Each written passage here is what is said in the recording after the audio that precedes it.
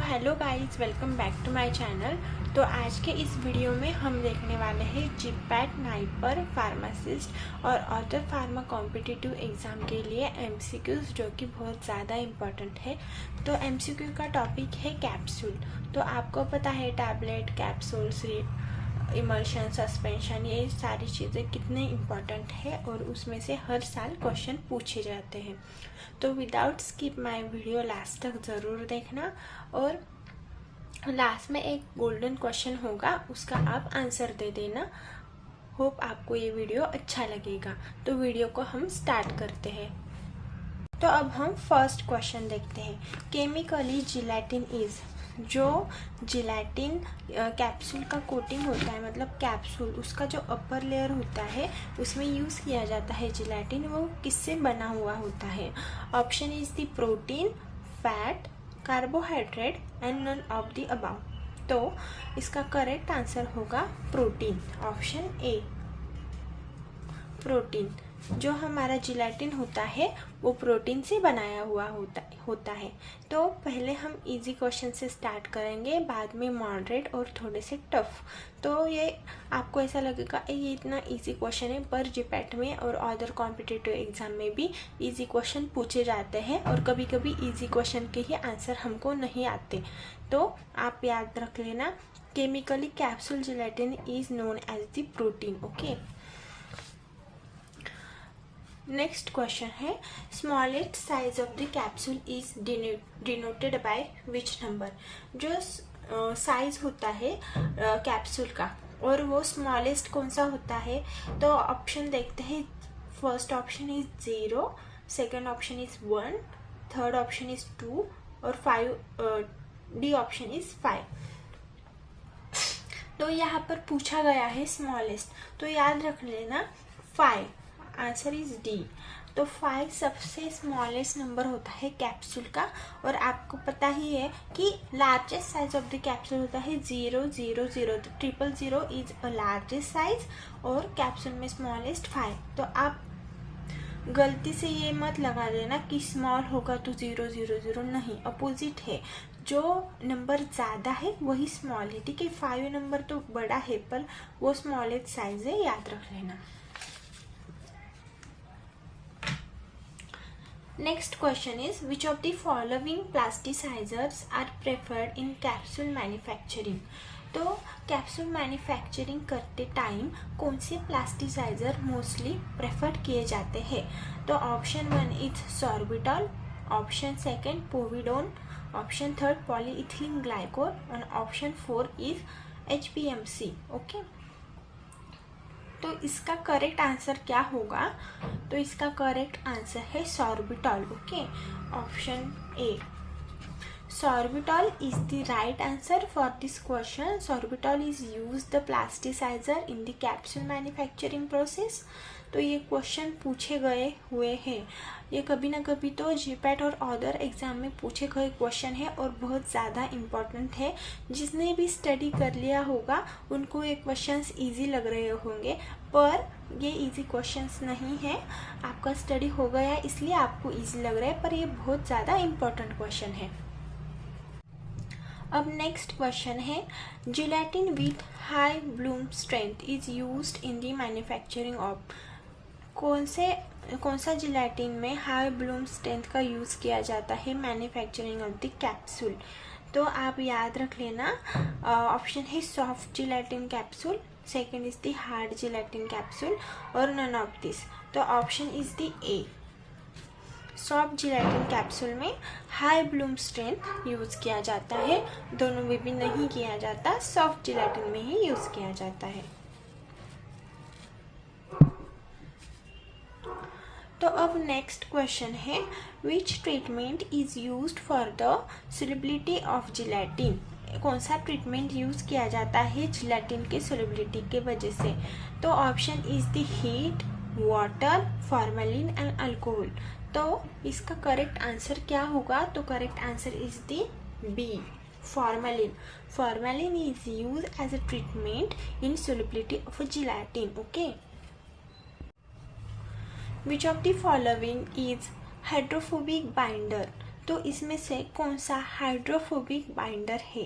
Okay, तो option is the gelatin, second is the acacia, third is the ethyl cellulose और four is the polyvinyl पायरोलिडिन।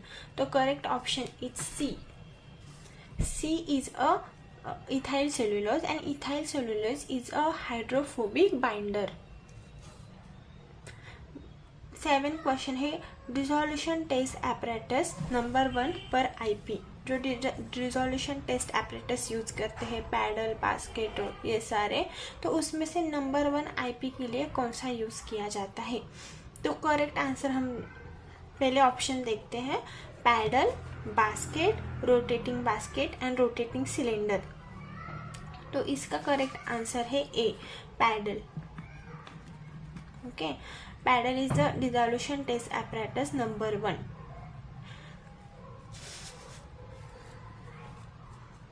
Next है which ingredient of opaque hard gelatin capsule.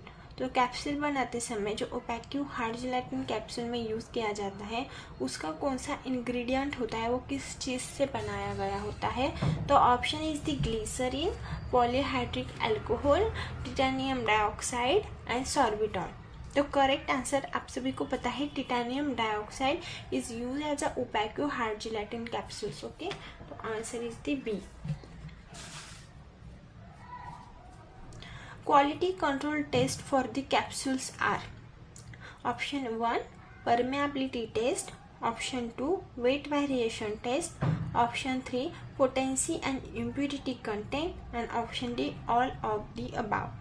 तो इसका answer obviously all of the above ही होगा, क्योंकि ये सारी test जो होते हैं वो क्वालिटी कंट्रोल टेस्ट कैप्सूल के लिए किया जाता है. 10 क्वेश्चन है type B gelatin is used for the capsule is derive from.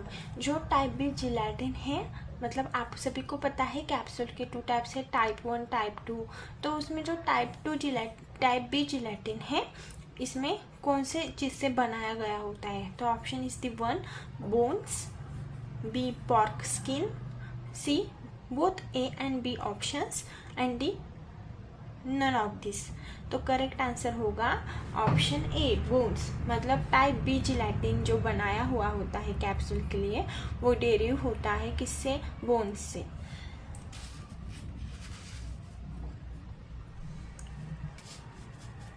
Okay, तो 11 क्वेश्चन है in case of the soft gel capsule. मतलब जो कैप्सूल है सॉफ्ट जेल कैप्सूल, वो gel strength of the gelatin should be range. मतलब जो हमारा soft gel capsule होता है उसका जो जेल का स्ट्रेंथ होता है जिलेटिन का, वो कितनी रेंज में होता है? तो option is the first one is the 12 to 80 bloom, option 2 is 200 to 2000 bloom, option 3 is 1.5 to 8 bloom और option D is 150 to 200 bloom. तो आप याद रख लेना, correct answer is D, because soft gel capsule बोला गया है. तो सॉफ्ट जेल कैप्सूल के लिए 150 to 200 ब्लूम यूज किया जाता है. तो next question is 12 ceiling of the capsule is achieve by heating eight. मतलब जो कैप्सूल के लिए सीलिंग प्रोसीजर किया जाता है वो कौन से टेम्परेचर या हीटिंग पे अचीव होता है?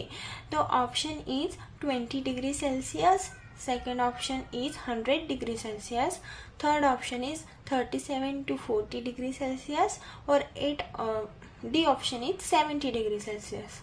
तो देखो, जो 20 टेम्परेचर होता है वो मैन्युफैक्चरिंग ऑफ द कैप्सूल्स के लिए टेम्परेचर होता है. जब हम मैन्युफैक्चर करते हैं तब 20 डिग्री सेल्सियस. पर हमको पूछा गया है सीलिंग ऑफ द कैप्सूल, तो सीलिंग कब डन होता है? Option number C 37 to 40 degree temperature के लिए sealing of the capsules achieve होता है. ठीक है, तो 37 to 40 sealing of the capsule and 20 degree Celsius is manufacturing temperature. तो सो अब नेक्स्ट क्वेश्चन है HLB value of the gelatin is. Gelatin का HLB वैल्यू पूछा गया है। तो HLB मतलब क्या होता है, हाइड्रोफोबिक लिपोफिलिक बैलेंस, जो कि ग्रिफिन सर ने 1949 को इन्वेंट किया था। उसमें क्या बताया है कि जिलेटिन का वैल्यू कितना है। तो जिलेटिन का क्या है answer, 9.8 is the value of the gelatin in the HLB scale. Okay,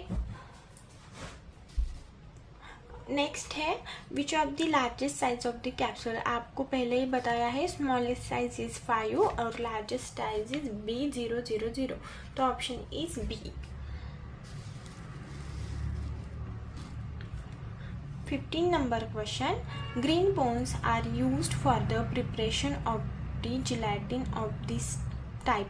मतलब ग्रीन बोन्स है जो कि प्रिपरेशन जिलेटिन के लिए किए जाते हैं, यूज़ किए जाते हैं, वो कौन से टाइप में आते हैं। तो option A is A, option B is B, option C is C और option D is both A and B options.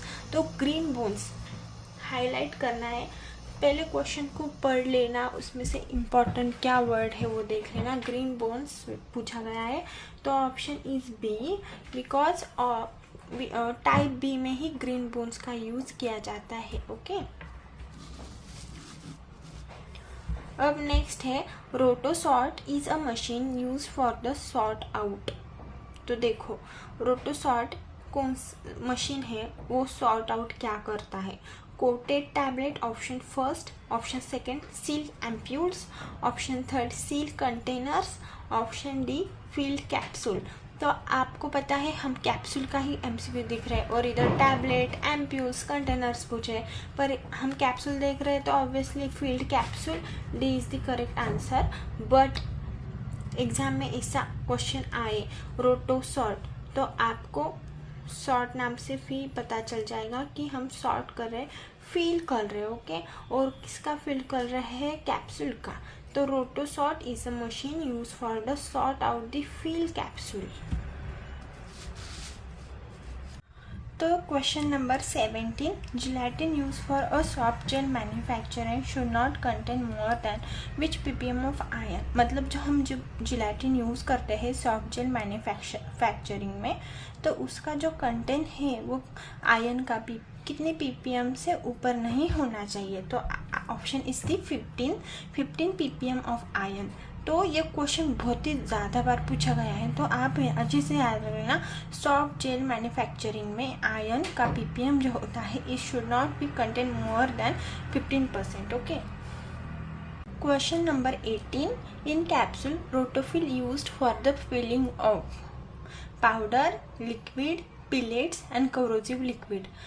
तो रोटोफिल क्या करता है, रोटोसॉर्ट में पिलेट्स का जो होता है वो फिलिंग करते हैं और रोटोफिल में लिक्विड को फिलिंग करते हैं। ओके, तो option number is C is rotofil used as a filling of liquid.